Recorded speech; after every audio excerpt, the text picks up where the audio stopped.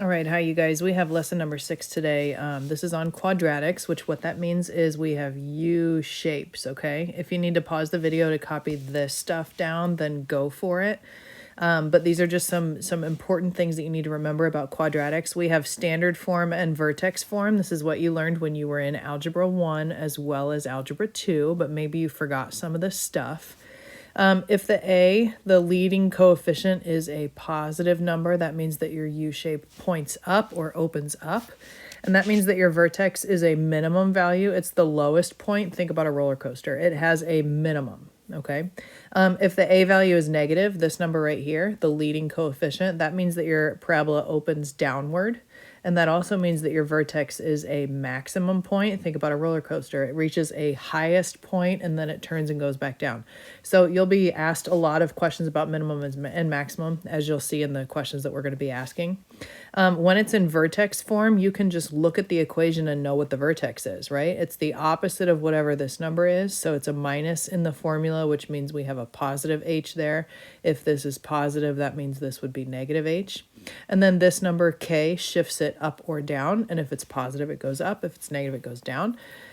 How to find the vertex, aka the minimum maximum, like we talked about here. You use this formula, negative b over 2a.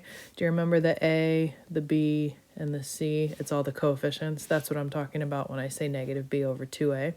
That gives you your x value of your vertex, and then you have to plug it in to find the y value.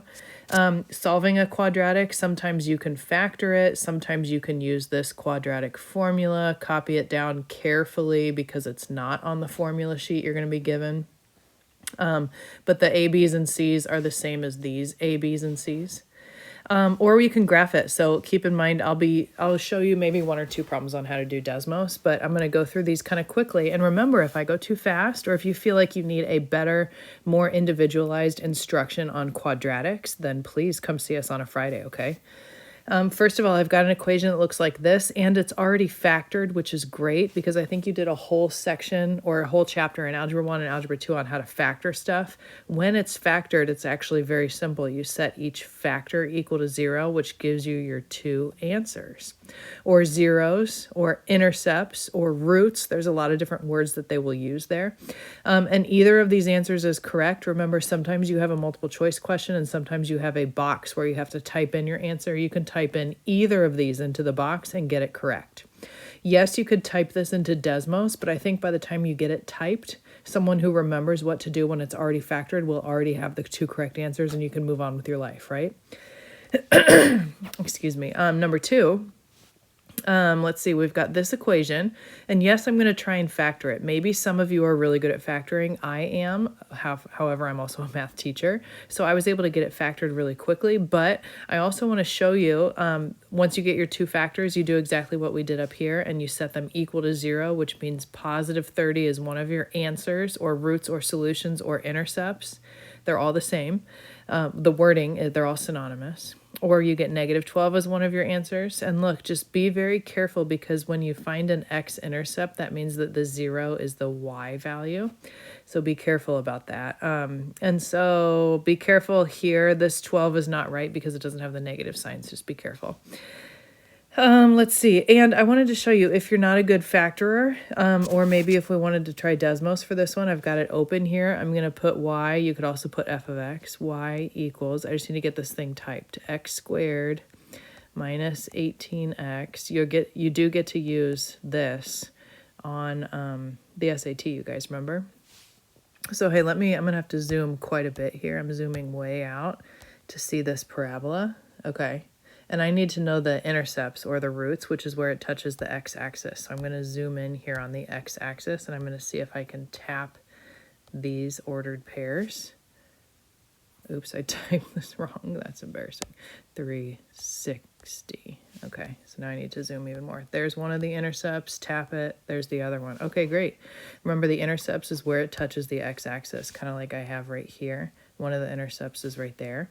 And so it looks like I have negative 12, 0. That's one of the answers. It is this one. And 30, comma 0. Be careful. Don't choose that one. That doesn't have the right sign. Okay. So A is the right answer. So don't forget, anytime you have an equation with y equals, you can factor it and look at it, and you can very easily tap to come up with what the answer is supposed to be. Minimum value, that means find the vertex. And since this guy is in standard form, you could either type this into Desmos and zoom. It looks like this. I dare you to try it if you want to. Or if you remember a lot of stuff about quadratics, you can remember that we have, this is a standard form equation. And once I find my x equals negative b over 2a, so the b, there is no x term, so I'm plugging in 0 for b.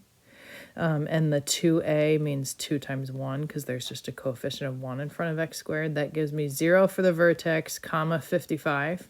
You could also think of this as g of x equals x minus 0 squared plus 55. That means your vertex is 0, comma 55. If you remember like vertex form, okay? Even though there's no parentheses here, you can add a 0 if you want to. That just means the x value is 0. This is our vertex, and therefore the minimum value on this roller coaster, which goes down here and then goes up here, the lowest value is that up 55 number. And you can check that on Desmos if you want to, but that's why we get 55 for this one. Number 4, if you try and factor this, it doesn't factor. This problem is actually a little bit frustrating. When you were taught in Algebra 1 and Algebra 2 how to solve quadratics, you first were probably taught to try and factor it, but it doesn't factor. Then what do? Then your second option is that quadratic formula. So make sure you're plugging in your a, your b, and your c very carefully. The a is positive 1, the b is negative 1, and the c is negative 1, and I plugged all of that stuff in here. If you wanted to type this into Desmos, then when you try and tap those x-intercepts where it touches the x-axis, you get some weird decimals, which can help you eliminate this answer and this answer. But it doesn't really help for the difference between C and D. But I think you probably could get the answer for C and D by just noticing that negative B, which is opposite of negative 1, which is positive 1, that means that these are the right answers and not these. So keep that in mind, okay? And then 2a, of course, the a is positive 1, so that's just a 2 in the denominator. That's the same for both C and D. But when you do quadratic formula, this is your correct answer. For number 5, yeah, we have some sort of a quadratic graph, and it's nice that they labeled the x and the y for us, and they told us what this is referring to. Something about ocean water. Cool, nobody cares. Which table is the correct values of y based on the model? So which of these t-charts goes with this graph? My suggestion for you here would be to find some whole ordered pairs that are easy to spot. There's one, I circled it, it's 0, 0. There's one, I circled it, it's 6, 0. And here's the vertex, which looks like, if you count carefully, 3, comma, negative 12. And then what we talked about in class a few weeks ago, you guys remember that mental resiliency. We have a lot of high school students that are super lazy that are like, oh my gosh, all these look the same. I don't know, I'm just going to guess. Okay, but do you have the mental capacity of checking detail and paying really close attention to detail? That is part of what College Board wants to assess you on. So find 0, 0, it's here. Find 3, negative 12, it's here, and find 6, 0, it's here. This is your correct answer. All of these other ones have something wrong about it. Look closely and be resilient and be mentally tough so that you can get the right answer there, okay?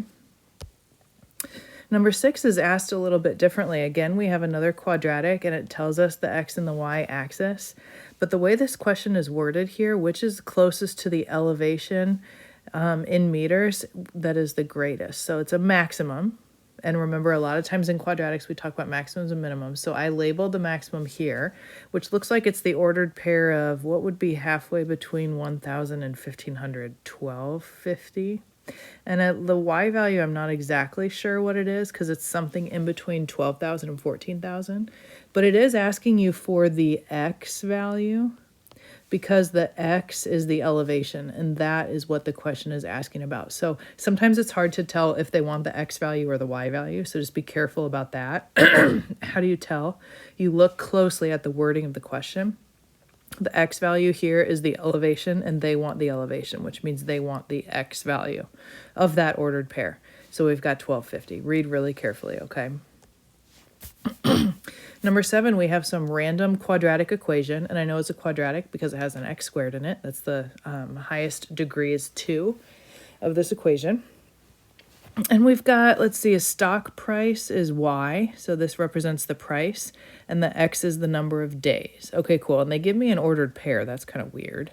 And they ask me, to just interpret what this 1 comma 83 means. Okay, so the 1 is the X, and remember that the X is in days. So let's see if we can eliminate any of our answers just seeing that the 1 means 1 day in this case.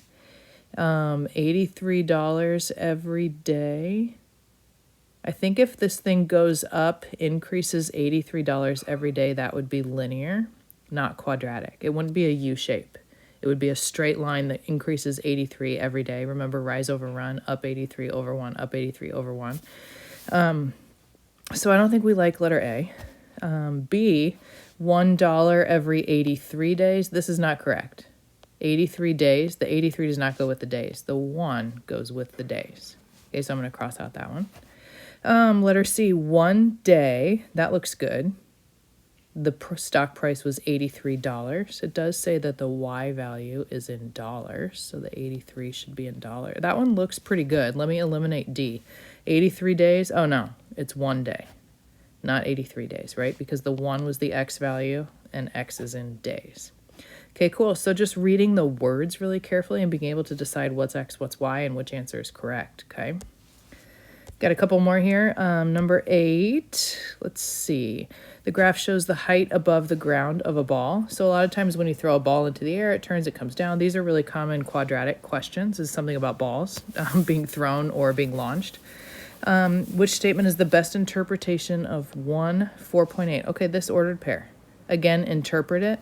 So the 1 is seconds, and the 4.8 is meters. Okay, so let's eliminate, again, process elimination. 1 second, 4.8 meters. That looks correct. 4.8 seconds, no, that's not right. The 1 is for the seconds. The 1 is the X value, and the X-axis is labeled seconds, so that's not correct. Initial height of 1 meter. That's actually not correct because the y-intercept, the initial height is right here. That is not 1 meter. It's like almost 4 meters, right? If the y-intercept was right here at 1, maybe that would be correct. So that is not right. The ball was launched from an initial height of 4.8. No, that's not the initial height. This is the starting or the initial amount. Remember when we talked about linear stuff, your key words, initial, starting, beginning, that always means y-intercept. So our y-intercept right here looks like it is 3 point something. Something between 3 and 4, closer to 4 than 3. That is not the initial height of 4.8, so that one also makes D incorrect. All right, last one. I kind of like this one. We have a rubber ball that is bouncing. Have you ever dropped something like, and then it hits the ground, and then it bounces, and then it bounces, and then it bounces, and then it bounce. So I kind of actually tried to draw that, okay? We have a rubber ball, and it is bouncing half the height every single time.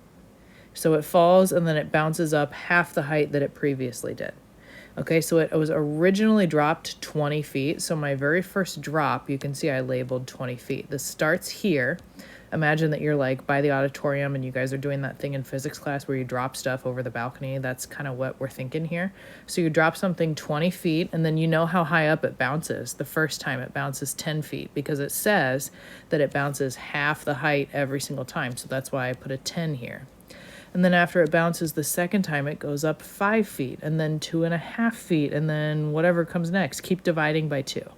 So I just started to kind of draw this picture, and notice I also labeled, like, this is the first bounce right here. I put a 1 there.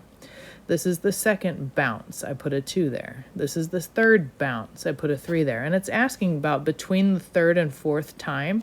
So in between the third and fourth bounce is right here. I have it labeled 2.5 feet. Excellent. So this is a non-multiple choice question. This is where you would type 2.5. Cool. Thanks for watching, you guys. Again, come see us on Optional Fridays if you need some more help with quadratics, but that's kind of your crash course and your refresher on what you learned in Algebra 1 and Algebra 2 on geometry and certain types of problems the SAT is going to ask you regarding those, okay? Thanks for watching. Have a great rest of your day.